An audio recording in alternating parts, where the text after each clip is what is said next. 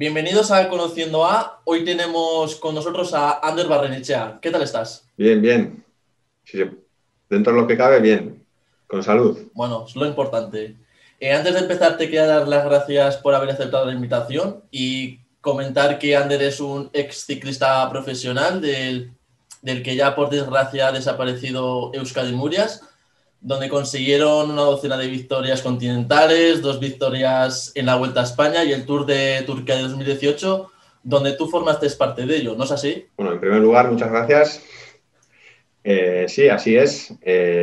Fue una experiencia inolvidable. La verdad que estábamos con los equipos más grandes del mundo y les ganamos. Así que esas cosas solo se viven una vez.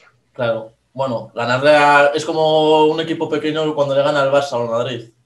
Eso es, eso es, Bueno, eso es. pues como ya sabes, la entrevista va a consistir en 3 bloques. La primera va a ser una ronda de preguntas, la segunda la ronda rápida de elegir una opción y otra, y la tercera ya la más ¿Vale? personal. Vale, Entonces, de acuerdo. todo entendido, pues vamos a comenzar con la primera pregunta.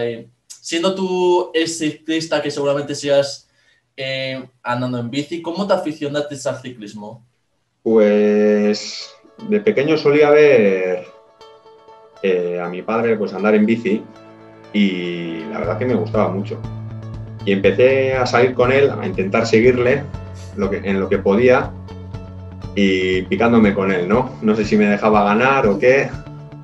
Y poco a poco pues me apunté a las carreras de escuelas y la verdad que se me dio muy bien.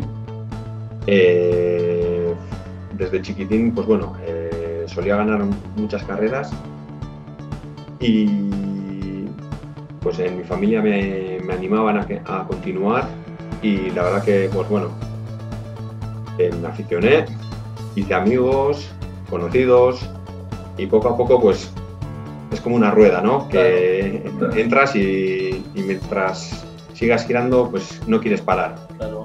Y hasta donde llegué. Como has comentado que has hecho desde pequeño, que has ganado carreras, habría seguramente un momento en el que tú te fijaste o tus padres que tú puedes llegar a ser profesional o llegar al máximo nivel. ¿Cuál fue ese punto de inflexión que tú dijiste, esto puede ser algo de futuro que puedo lograr? Pues le di vueltas porque también estaba estudiando y me era muy difícil compaginar el ciclismo, todas las horas que había que meterle con los estudios. Y tuve la suerte un poco, digamos, de que los primeros años de profesional el equipo era, digamos, continental, que digamos que es la categoría inferior de los profesionales. Y eso me permitía no dedicarme del todo a ello, ¿no? Me permitía seguir con los estudios de la universidad, pero luego ya cuando acabé, sí que el equipo ya era profesional completamente, continental profesional, y ahí pues ya era dedicación completa. Y fue, pues eso, cuando acabé los estudios, cuando dije, vale, me puedo dedicar a esto y intentar y ver qué es lo que pasa. Claro. Si me puedo ganar la vida con ello, no. Y bueno, sus añitos me las gané. Claro, bueno, si estuviste varios años en el profesional es porque tuviste talento y le dedicaste tiempo y dedicación. Sí, pues sobre todo horas y horas, tiempo le tienes que dedicar. Aunque tengas todo el talento del mundo, le tienes que dedicar muchísimas horas porque hay otros 1000 como tú. Claro. Que compiten contra ti, así que... Y hablando del ciclismo, de la dedicación, viendo que el ciclismo es un deporte de gran dureza, donde hay que soportar varios cientos de kilómetros, ¿cuál era tu preparación para una carrera o una carrera de varios días? Siempre... En el ciclismo nunca estás lo suficientemente preparado. O sea, todo lo que te entrenes y todo lo que te sacrifiques, cuando llega el día de la competición dices, necesito más. Porque hay mucho nivel, ¿no? Lo que tú haces, lo hacen también los demás o intentan hacerlo. y me preparaba, intentas cumplir lo que te manda el preparador del equipo, siempre aclimatándolo a las condiciones meteorológicas que tienes en casa o en el lugar que estés.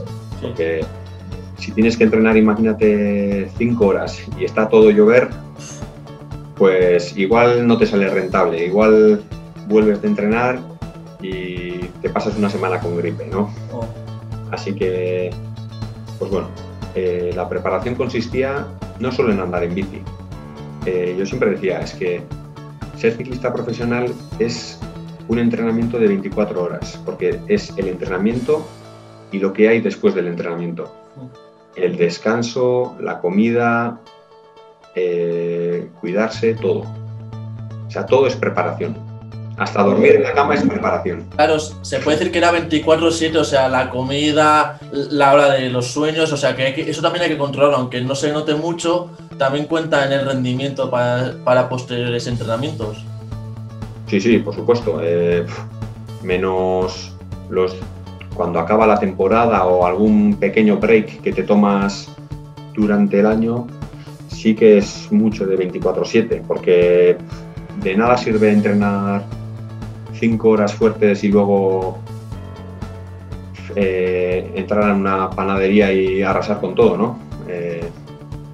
Claro. Hay que llevar una dieta, hombre, hay que comer de todo bien, pero digamos que limpio, y hay que ser un poco estricto. Cuando había carreras o de etapas largas o así, antes de iniciar la etapa se come bastante, como se dice, o después de acabarlo también se come. Se come después, cuando acabas, sí que intentas comer bien para recuperar todo lo que has perdido. Y antes de la carrera, no precisamente si la carrera es al mediodía, no desayunas mucho, digamos. No. Es más importante, digamos, el día anterior, ¿no? No. Recargar bien los depósitos, haber descansado bien y sobre todo el día anterior o los 2 días anteriores, sobre todo para no ir en carrera con la tripa llena, ¿no? Si desayunas mucho y luego tienes que competir, te va a lastrar, ¿no? Es mejor ir con la digestión bien hecha. Claro, eso, o sea, un ejemplo claro, se puede decir lo que le pasó a Dumoulin en el Giro de Italia, de que le entró una cagalera. Eso puede ser por exceso de comida o que le haya sentado algo mal antes de la carrera, ¿no? Sí, eso probablemente sea un corte de digestión por algo que haya ingerido que no le haya sentado bien, tal vez, o no me acuerdo exactamente la etapa, no sé si hacía mucho frío en la temperatura.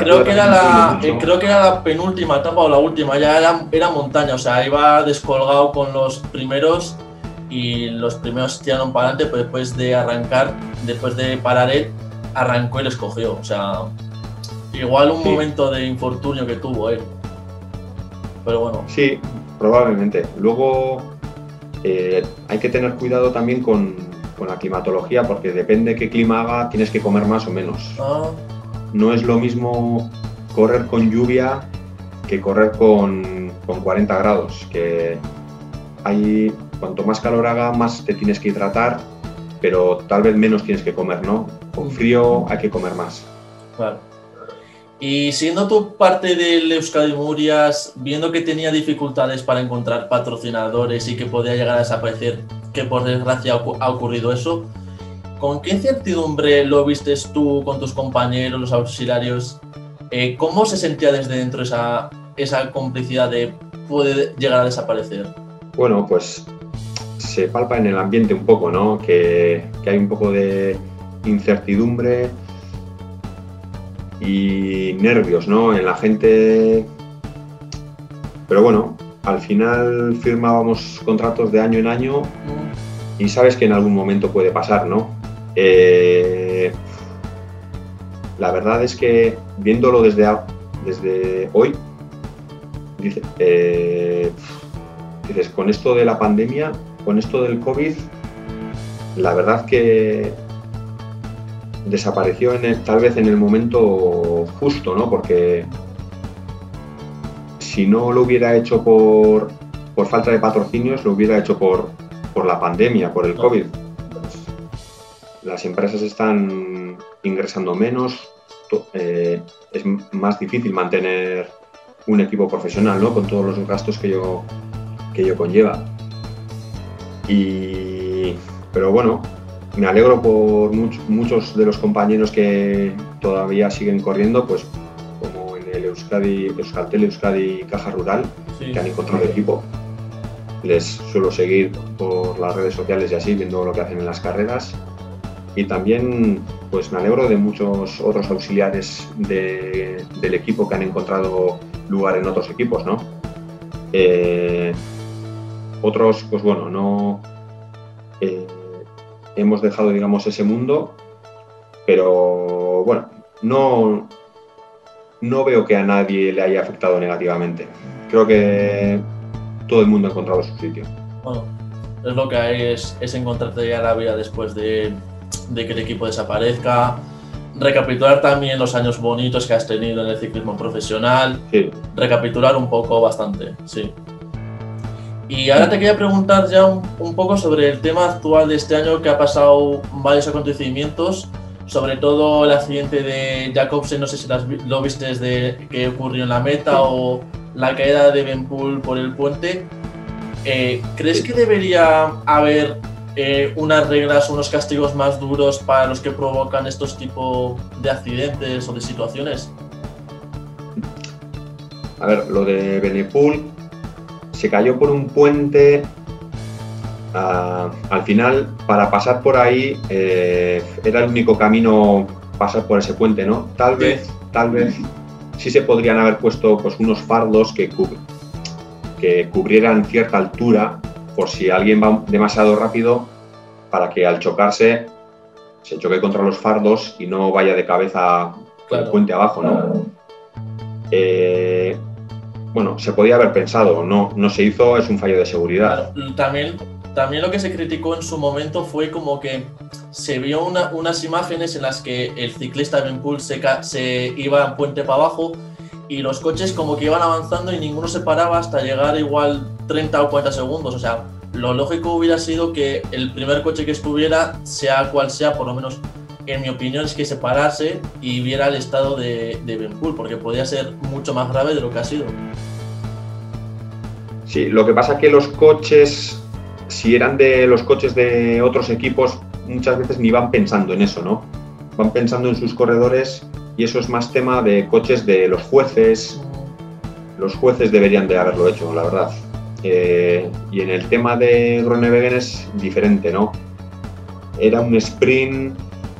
A ver, las vallas eran una chapuza, es verdad, eran de plástico, porque no lo entiendo. Le han echado casi toda la culpa. Perdón, estaba hablando de Jacobsen. Sí, de Jacobsen, sí. Se le ha echado casi toda la culpa a Groenewegen. La verdad es que, bueno, le echó hacia un lado y te pones a pensar, y eso ha sucedido en miles de sprints, ¿no? Claro. Que se toquen, que hay mucha tensión, ¿no? Se ha juntado todo y tampoco me parece lo más lógico echarle toda la culpa claro. a Groenewegen. O sea, para mí se han pasado un poco. Lo que le ha sucedido a Jacobsen es una desgracia, porque debe de estar hecho un Cristo. Claro. Pero bueno, se ha juntado todo. Sí. Es que la cosa es que al final siempre se intenta buscar a un culpable y cargarle con toda la culpa. Es así. Claro, a ver, también muchas veces cuando se criticó también el Tour de Francia, cuando Peter Sagan le dio un codazo, no me acuerdo a quién era, se dislocó el hombro y le tuvieron que expulsar porque era un codazo inválido en la hora de la llegada del sprint. Como tú dices, ha sucedido muchas veces. ¿Por qué no crees o crees que no se han tomado medidas? Porque esto lleva viniendo desde tiempos atrás. Hombre, a Sagan le expulsaron, ¿no? Del Tour aquel. Es que en los sprints sucede todo tan rápido que es muy difícil echarle la culpa a alguien, ¿no? nadie tiene visión de 360 grados. Muchas veces te mueves hacia un lado, te mueves hacia otro y no ves si hay alguien, ¿no? O sea, vas mirando de frente hacia la línea de meta y es imposible percibir todo lo que pasa a tu alrededor. Es imposible y por eso suceden las cosas. O sea, nadie va a donde otro a tirarle, pero es que como todo el mundo va mirando a un punto fijo, que es la línea de meta, y tantos quieren llegar el primero, pues es que tiene que pasar. Sí. Y ahora que ya no estás en la parte más de élite del ciclismo, ¿echas de menos coger la bicicleta con esos entrenos, con esa mentalidad de tener una competición dentro de poco? Hay días que sí. Dices, joder, sobre todo ahora tengo un trabajo, digamos, normal. Hay días en los que dices, joder, ¿cómo me gustaría estar haciendo lo que hacía hasta hace poco, ¿no? Entrenando por ahí, a mi bola, disfrutando del paisaje, pero también había momentos muy duros que decías, madre mía, qué cansado estoy, qué duro es esto, no sé si tanto esfuerzo merece la pena. Siempre quieres un poco lo que no tienes, ¿no? Y respondiendo a tu pregunta, ahora pues los esfuerzos más duros pues no los echo de menos, ¿no? O sea, ahora puedo salir a andar en bici y disfrutar mucho más. Pero sí echo de menos esa falta de competición, de muchas veces ese punto de nerviosismo de la salida de la tensión que normalmente dices, esto no lo voy a echar de menos, ¿no? Pero luego dices, ostras, claro, sí que lo he hecho un poco. Es lo que hay, o sea, la competición y las ganas de ganar o de tener algo cerca siempre va a estar. Se ha visto muchas veces en futbolistas o en pilotos en que dicen que se retiran y después regresan por esa chispa de que no tienen de competición. Sí, esa adrenalina. Claro. Adrenalina de ir pues en una bajada a 80 por hora intentando entrar el primero en la curva, esas cosas que cuando estás allí pasas miedo, pero luego cuando ya no estás dices, ha molado. Necesito eso un poco. Sí. Y hablando de las victorias que has tenido, seguramente hayas tenido bastantes memorables. Para ti, ¿cuál es la más especial o favorita que hayas tenido en el ciclismo? La primera, que cuando era un chaval, cuando tenía 16 años, 16, cuando tenía 16 años, la primera que gané en cadetes en Navarra, en Lizárraga, que hacía un tiempo horrible, digamos, era la primera categoría en la que salíamos a competir a la carretera, ¿no? Porque hasta los 15 años en escuelas se compite, digamos, pues en circuitos cerrados, ¿no? Pues dándole vueltas a un pabellón o, bueno, digamos en circuitos cerrados de 1 kilómetro o 2 como máximo, dándole varias vueltas, ¿no? Las carreras ya en carretera abierta, digamos, se hacen a partir de cadetes. Vale. Y me acuerdo que en escuelas ganaba un montón de carrerillas, pero eran, digamos, como se diría, en un circuito cerrado. Y la primera vez que salía a carretera abierta y gané, hacía un tiempo horrible, un frío horroroso allí en Navarra, a 600 metros. Además, yo soy malísimo con la lluvia, se me entumecen todas las manos, las piernas, no me responden. Pues no sé cómo gané y esa primera para mí fue la más especial. Y ahora que hemos hablado que ya nos sigues en la competición, si un día de estos alguien te llama, te coge el teléfono y te dice de competir en un equipo profesional, ¿lo aceptarías? Bueno, habría que mirar muchas cosas. Habría que mirar pues, lo que es el tema económico. Oye, necesito por lo menos vivir. Claro. Y luego aparte le diría, vale, pero dame casi un año que necesito prepararme otra vez. Que se pierde mucho. Sí. Cuanto más nivel tienes, digamos, de no hacer, más se pierde. No pierde lo mismo alguien que es aficionado, por ejemplo, a andar en bici y deja de andar en bici, pues bueno, cuando vuelva a andar, andará menos, pero bueno, tampoco tanto menos. Sin embargo, un profesional cuando deja de andar en bici, cuando vuelve, la diferencia del nivel que había de cuando era profesional a ahora, digamos, es una barbaridad. Bueno. A veces subo los puertos de alrededor de mi casa y digo, si tardo el doble de antes. Es lo que tiene, ¿no? O sea, no tener esos entrenamientos diarios de competición al nivel que tienes ahora de irte con la bici, a relajarte y ver los paisajes y todo. Sí.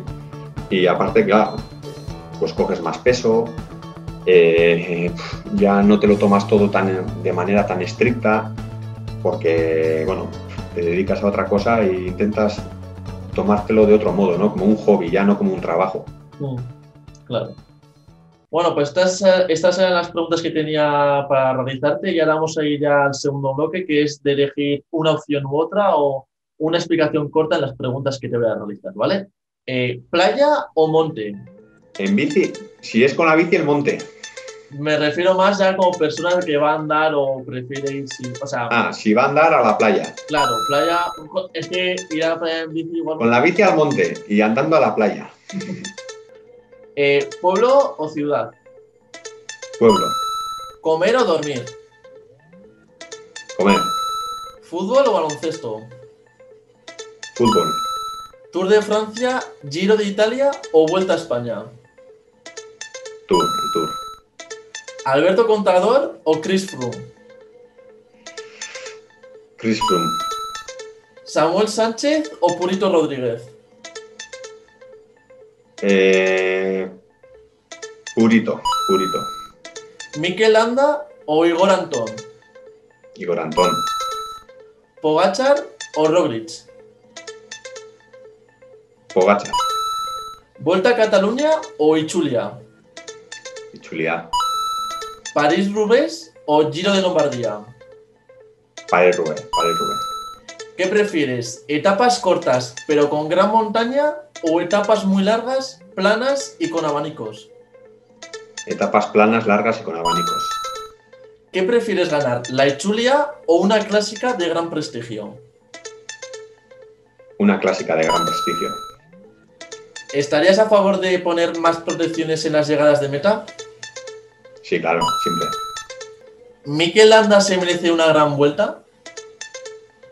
Eso lo dirá la carretera. Claro, pero según tú, o sea, ¿tú crees que se merece una? Entonces, es que ¿quién se lo merece? ¿Le quitamos a Pogačar o a Roglic? Bueno, se lo merece el ganador. Vale. Yo siempre digo, el que no gana es el que más se lo merece. Claro, pero bueno, igual con el nivel que lleva de Landa, del landismo que hay, que estuvo en el Tour en 2015, creo que era por un segundo en el podio y todo eso, hay mucha gente que dice que sí, otros que no, entonces ahí viene un poco la... que no se sabe. ¿Cuál crees que debería ser la distancia máxima en una etapa de una vuelta grande? Bueno, pues 200, como se ha hecho hasta ahora, pues sí, tal vez no más de 230, 240. Tal vez una. De 200 suele haber unas cuantas. Sí. Entonces, si tal vez una que sea más especial o más épica, pues 230, 40 máximo. ¿Ves al Jumbo como el nuevo Team Sky Ineos? Tiene muchos corredores que me gustan mucho y no, como el Team Ineos no. Lo veo más Bueno, una mezcla entre el Team Ineos y el Quick Step. ¿Quién crees que va a ganar el próximo Tour de Francia?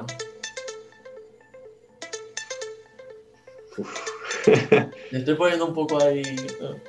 Sí, sí. El próximo Tour, a ver.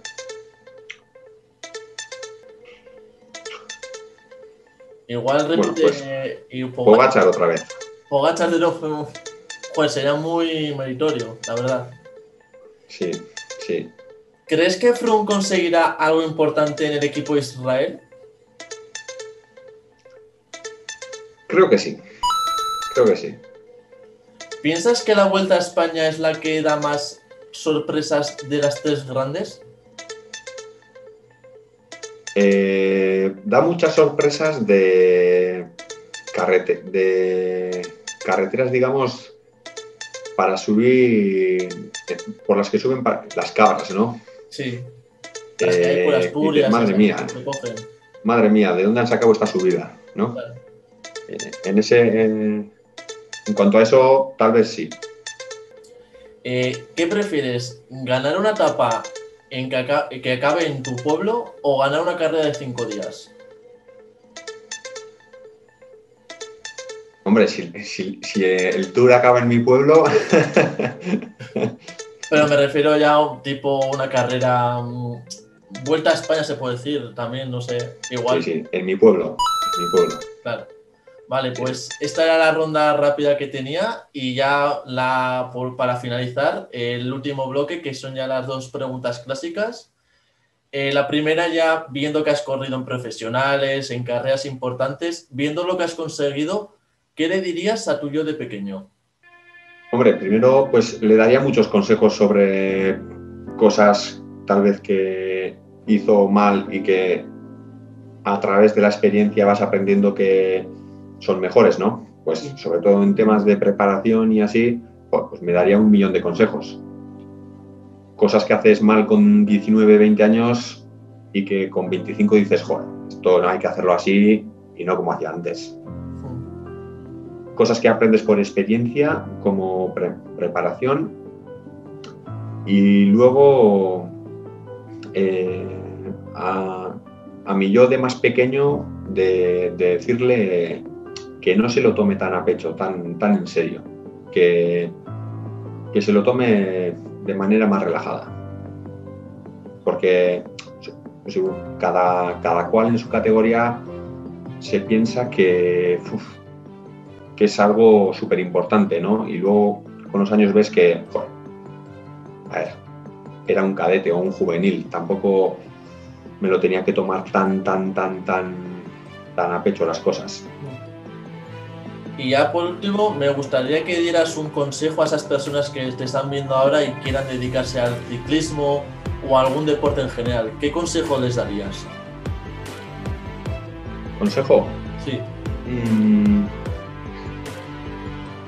Hombre, no le daría el mismo consejo a alguien que quiere ser, por ejemplo, ciclista y tiene 14 años y otro que quiere ser ciclista y tiene 22. No les daría el mismo consejo.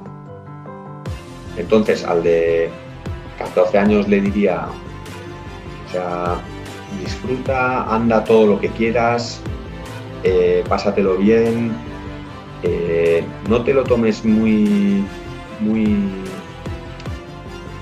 sin obsesionarte, o sea, muy a pecho,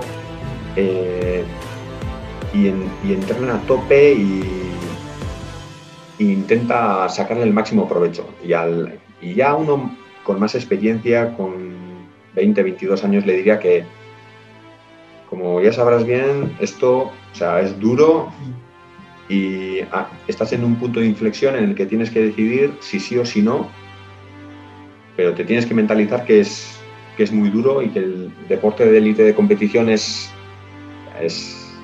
muy duro. ¿Quieres seguir? ¿Sí o no? Bueno. Y eso es lo primero que le diría. Y si está convencido, pues luego ya le animaría a tope. Pero que nadie se piense que el deporte de élite es fácil. Llegar hasta ahí es muy duro. Claro. Pues esto es todo. De nuevo, muchas gracias por haber aceptado la invitación. Espero que hayas disfrutado y te hayas sentido a gusto en la entrevista. Hijo, muy a gusto. Y a vosotros, pues muchas gracias por ver la entrevista y nos vemos la semana que viene con otra nueva. Chao. Chao.